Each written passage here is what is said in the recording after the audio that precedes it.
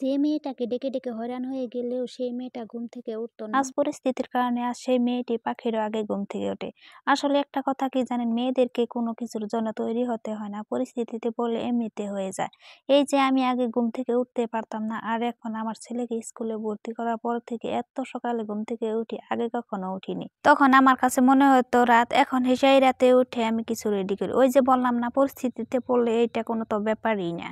Hello everyone, কি অবস্থা সবার? সবাই কেমন আছেন? আশা করি যে যেখান থেকে দেখছেন সবাই ভালো আছেন। আপনাদের দয়ায় আমি অনেক অনেক অনেক ভালো আছি। আজকে এত বড় মাছ আনছিল, তাই আমি মাছগুলো আগে কেটে রেখে দিয়েছিলাম। আর মাছগুলো আমি কষিয়ে নিচ্ছি আর অল্প ভাজার জন্য রেখে দিয়েছি।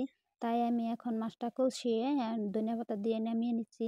আর এইদিকে আমি ভিন্ডি দিয়ে গাজর একটা ভাজি করব। এত সকালে উঠতে হয় এখন, তার মানে কি বলবো। আর বাবুকে স্কুলে দেওয়ার পর থেকে আমার মনে হয় যে ভালো করে ঘুমাতে পারি না। তাই আমি এত সকালে উঠে সব কাম কাজ সেরে টিফিনের জন্য রুটি-ছুটি বানিয়ে রেডি করতে হয়। ওইদিকে তো আবার ৮টা বাজার আগেই গাড়িটা এসে যায়। তার আগে আমি ভাত খাওয়ায়ে রেডি করে দেই। ৮টা বাজার আগে সব রেডি না করলে দেখা যায় যে ছেলে না খেয়ে স্কুলে যেতে হয়। আর এদিকে তো আমার ভাজিটাও হয়ে গেছে, তাই নামিয়ে নিচ্ছি। কষানো মাছ দিয়ে লাউ, আলু দিয়ে একটা সবজি বানাবো, তার জন্য আমি লাউগুলো কষিয়ে নিচ্ছি। একলা মানুষের কাম, তার মানে সারাদিন করলেও দেখা যায় যে কাম শেষই হয় না। কি করব, তাই একা একলাই কামগুলো করতে হয়। আর এদিকে আমি লাউর সাথে অল্প টমেটো দিয়ে দিচ্ছি। টমেটো দিলে তার মানে লাউটার স্বাদই আলাদা হয়। তার জন্য আমি চেষ্টা করি সব সবজির সাথে অল্প অল্প টমেটো দেওয়ার জন্য।